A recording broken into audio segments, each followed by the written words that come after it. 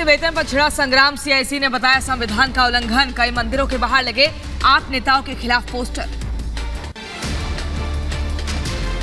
केंद्रीय सूचना आयोग ने इमामों को मिलने वाली सैलरी के खिलाफ दायर की आरटीआई। कहा करदाताओं के पैसे का इस्तेमाल किसी धर्म विशेष के लिए नहीं किया जा सकता। बीजेपी नेता अमित मालवीय ने सूचना आयोग के फैसले का स्वागत किया। अमित मालवीय ने ट्वीट कर कहा यह मुस्लिम तुष्टीकरण की राजनीति की जड़ पर प्रहार करता है।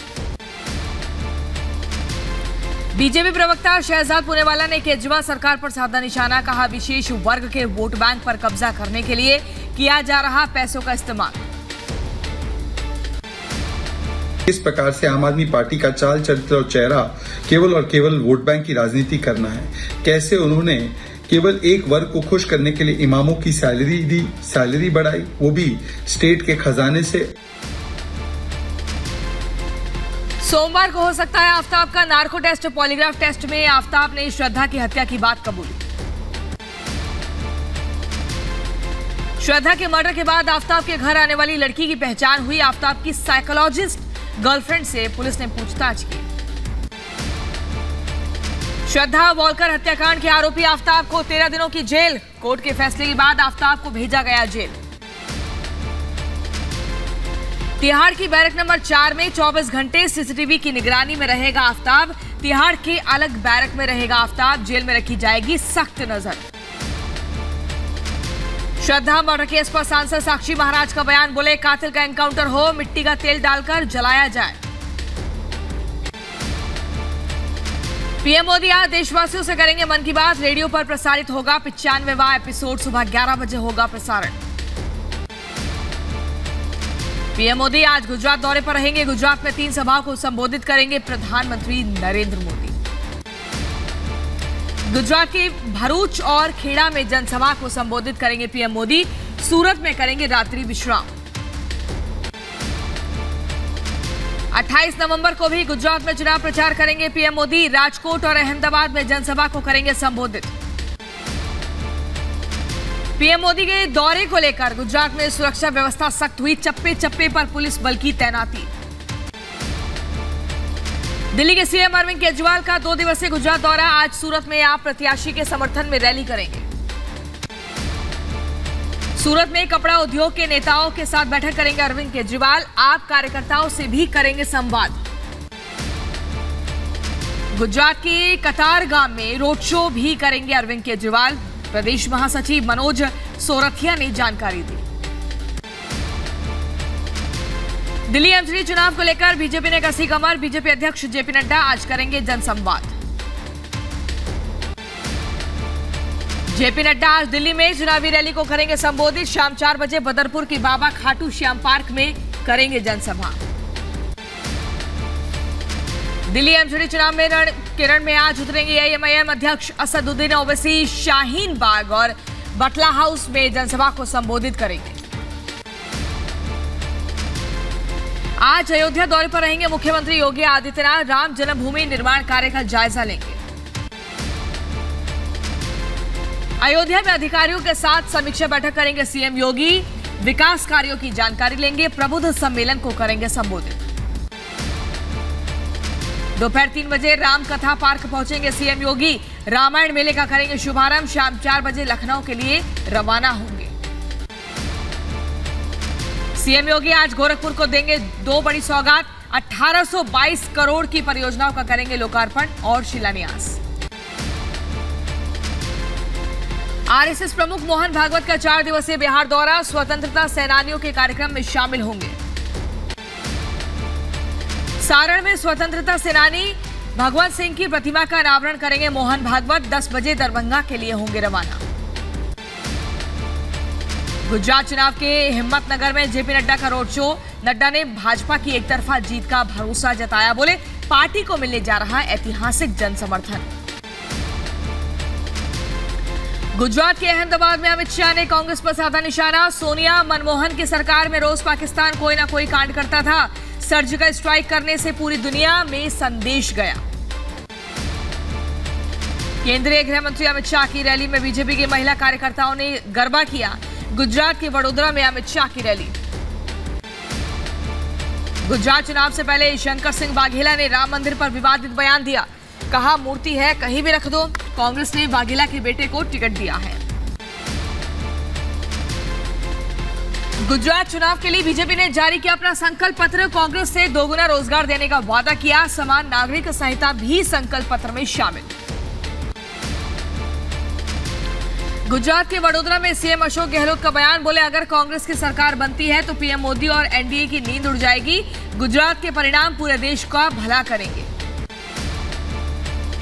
दिल्ली शराब घोटाला केस में समीर महेंद्रू के खिलाफ ईडी ने राउस एवेन्यू कोर्ट में दाखिल की चार्जशीट। मामले में सिसोदिया को अभी तक नहीं मिली क्लीन चिट। सूत्रों के हवाले से खबर। ईडी की चार्जशीट पर मनीष सिसोदिया का तंज। बोले मेरे लिए बेहद गर्व की बात है कि इनकी तमाम साजिशों और झूठी एफआईआर्स के बाद भी ये मेरे ऊपर कोई आरोप नहीं लगा पा रहे हैं। दारू घोटाले में सीबीआई की चार्जशीट पर आप नेता राघव चड्ढा का बयान। बोले दाखिल चार्जशीट में सिसोदिया का नाम नहीं, जांच एजेंसियों को सबूत नहीं मिले। सत्येंद्र जैन को जेल में वीआईपी सुविधा पर कोर्ट की सख्त टिप्पणी। कोर्ट ने कहा वीआईपी सुविधा जेल नियमों का उल्लंघन। सत्येंद्र जैन की स्पेशल फूड वाली याचिका खारिज।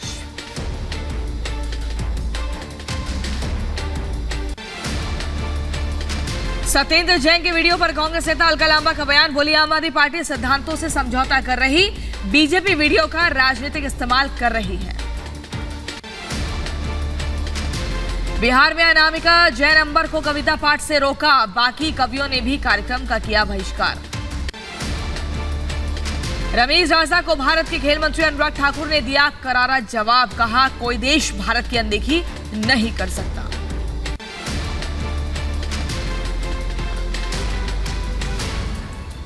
और वहीं आपको बता दें आज की सरकार संविधान को तोड़ना चाहती है। कांग्रेस की तरफ से कहा गया। मल्लिकार्जुन खड़गे ने कहा एक जनसभा को संबोधित करते हुए। मध्य प्रदेश के महू में राहुल गांधी का बयान। बोले हम तिरंगा श्रीनगर में लहराएंगे। संविधान के बिना तिरंगे का मतलब ही नहीं। विदेश मंत्री एस जयशंकर का बयान। बोले सीमा पार कनेक्टिविटी पर जोर, व्यापार को बढ़ाने पर विशेष ध्यान। दिल्ली की पटियाला हाउस कोर्ट में जैकलिन का बयान दर्ज। जीओडब्ल्यू ने 200 करोड़ की सुकेश चंद्रशेखर धोखाधड़ी केस में बयान दर्ज किए। धारा 164 के तहत जैकलिन का बयान दर्ज हुआ। शराब का धंधा छोड़ने वाले को 1 लाख रुपए देगी बिहार सरकार। सीएम नीतीश ने नशा मुक्ति दिवस पर किया बड़ा ऐलान। ओडिशा के सीएम नवीन पटनायक ने वित्त मंत्री निर्मला सीतारमण को लिखा पत्र। कहा कि केंदू पत्तों से जीएसटी वापस लेने की मांग हुई। यूपी के उप मुख्यमंत्री केशव प्रसाद मौर्य ने मैनपुरी सीट पर जीत का दावा किया। बोले आजमगढ़ और रामपुर लोकसभा उपचुनाव में बीजेपी ने ऐतिहासिक जीत हासिल की थी। यूपी के डिप्टी सीएम केशव प्रसाद मौर्य ने किया दिव्यांग क्रिकेट प्रतियोगिता का उद्घाटन। डिप्टी सीएम केशव प्रसाद मौर्य ने भी क्रिकेट खेला। यूपी के मैनपुरी में शिवपाल यादव का बीजेपी पर हमला। बोले बीजेपी देती है धोखा। सपा प्रत्याशी को जिताने की अपील की। अखिल भारत हिंदू महासभा के राजश्री चौधरी ने किए श्री कृष्ण जन्म स्थान के दर्शन। साथ गए 2 कार्यकर्ता हिरासत में लिए गए। 6 दिसंबर को शाही ईदगाह में लड्डू गोपाल की जलाभिषेक की बात दोहराई। महाराष्ट्र के राज्यपाल भगत सिंह कोश्यारी आज यूपी दौरे पर रहेंगे। राज्यपाल संभल में निजी कार्यक्रम में हिस्सा लेंगे। चंबल के पूर्व डकैत मलखान सिंह ने किया राहुल गांधी की यात्रा का समर्थन। बोले पाकिस्तान के नारे सिर्फ प्रोपेगेंडा है। आंध्र प्रदेश के विशाखापट्टनम में ईसा मसीह की तस्वीर लगी। पुलिस का बिल बुक हो रहा वायरल। और इसी बीच जगन सरकार ईसाई मजहब का प्रचार करने का आरोप। कश्मीर में बड़ी आतंकी साजिश नाकाम हुई। दक्षिण कश्मीर में कुलगाम में 2 आईईडी बरामद। बम निरोधक दस्ता ने आईईडी को डिफ्यूज किया।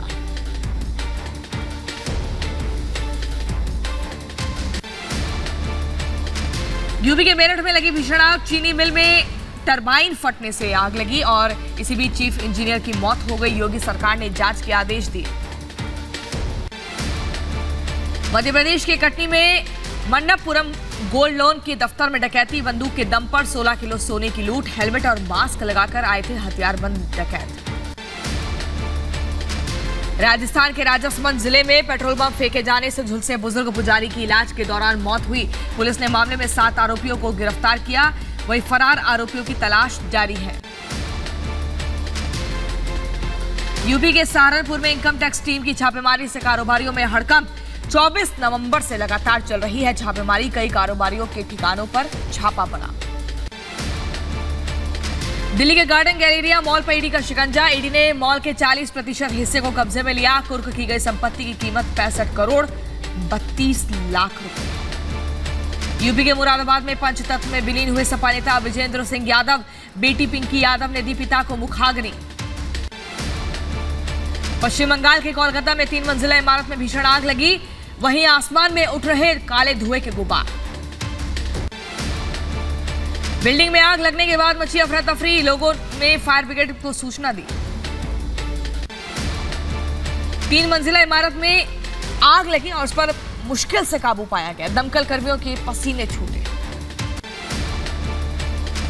यूपी के कानपुर में प्लास्टिक गोदाम में भीषण आग लगी। फायर ब्रिगेड ने कड़ी मशक्कत के बाद आग पर काबू पाया। प्लास्टिक गोदाम के अवैध होने की मिल रही जानकारी। कानपुर में 3 दुकानों में भीषण आग लगी। आग लगने के कारण अज्ञात है। कड़ी मशक्कत के बाद आग पर काबू पाया गया। सीतापुर में बंदरों का आतंक। बंदरों ने महिला को दौड़ाया। 2 मंजिला इमारत से गिरने से महिला की मौत हुई। यूपी के अलीगढ़ में तेज रफ्तार कार ने बारातियों को कुचला। 8 साल की मासूम की मौके पर मौत हुई। कई लोग घायल हुए। कानपुर के चिड़ियाघर में टॉय ट्रेन की चपेट में आने से शिक्षिका की मौत हुई। पति और बच्चों के साथ पिकनिक मनाने गई थी महिला। यूपी के मुजफ्फरनगर में बेकाबू ट्रक कार के ऊपर पलटा। हादसे में 3 लोगों की दर्दनाक मौत हुई और 3 लोग जख्मी हुए। जम्मू कश्मीर के पुंछ में सेना ने चलाया सर्च ऑपरेशन। आतंकी गतिविधियों की इनपुट मिलने के बाद सुरक्षा बलों ने मोर्चा संभाला। यूपी के शाहजहांपुर में बच्ची की बलि देने वाली महिला समेत 3 दोषियों को उम्र कैद की सजा। 5 साल बाद कोर्ट ने फैसला सुनाया। यूपी के महाराजगंज से मानवता को शर्मसार करने वाला वीडियो सामने आया। कलयुगी बेटे ने मां पर जुल्म ढाया। कलयुगी बेटे ने अपनी मां के साथ की मारपीट। सड़क पर गिराकर लात घूंसों से पीटा।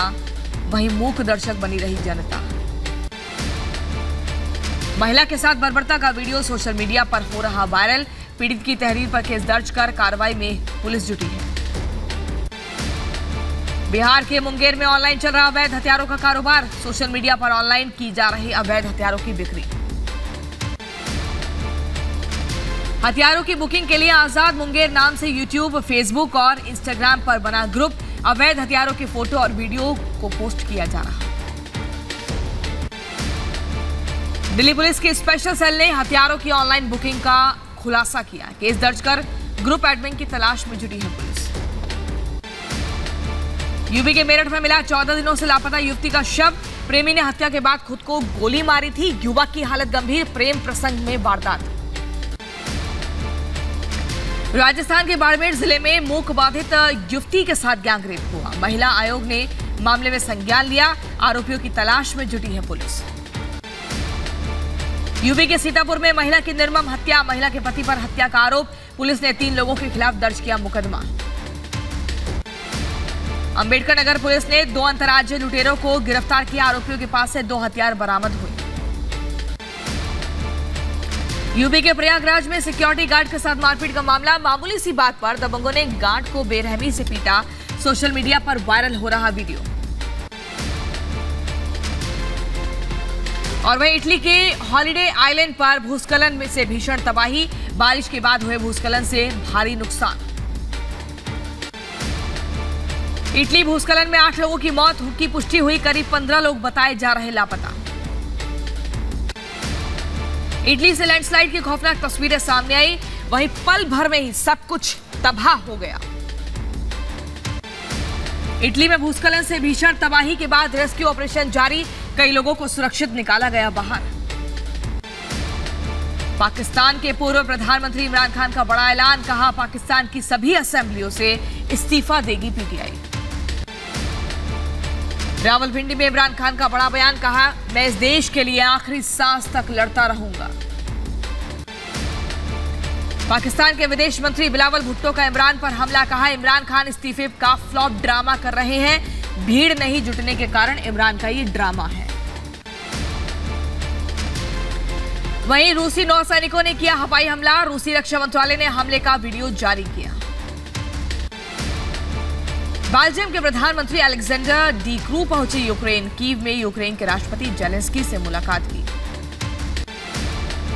रूस के सैन्य बेड़े में शामिल हुआ Mi-35 लड़ाकू विमान, रूसी रक्षा मंत्रालय ने जारी की तस्वीरें। रूसी मीडिया ने जारी की महायुद्ध की रिपोर्ट, रूसी हमले में डोनेस्क में 70 यूक्रेनी सैनिक मारे गए। फुटबॉल विश्व कप के दौरान कतर में बड़ा हादसा, खेलगांव के नजदीक भीषण आग लगी। वहीं देश के सबसे बड़े लुसेल स्टेडियम के करीब ये सब कुछ हुआ। अमेरिकी तटरक्षक बल ने कार्निवल क्रूज जहाज पर सवार व्यक्ति को बचाया, जहाज से गिर गया था शख्स। बेलारूस के विदेश मंत्री मॉकी बेल्टा का 64 साल की उम्र में निधन हुआ, बेलारूस की मीडिया ने जानकारी दी। यूक्रेन के साथ हाल ही में कैदियों की अदला बदली हुई, 10 रूसी सैनिक घर लौटे, परिवार के लोगों ने स्वागत किया। और रूसी सैनिकों ने किया यूक्रेन की 14वीं ब्रिगेड टैंक पर हमला, हमले में टैंक हुआ तबाह।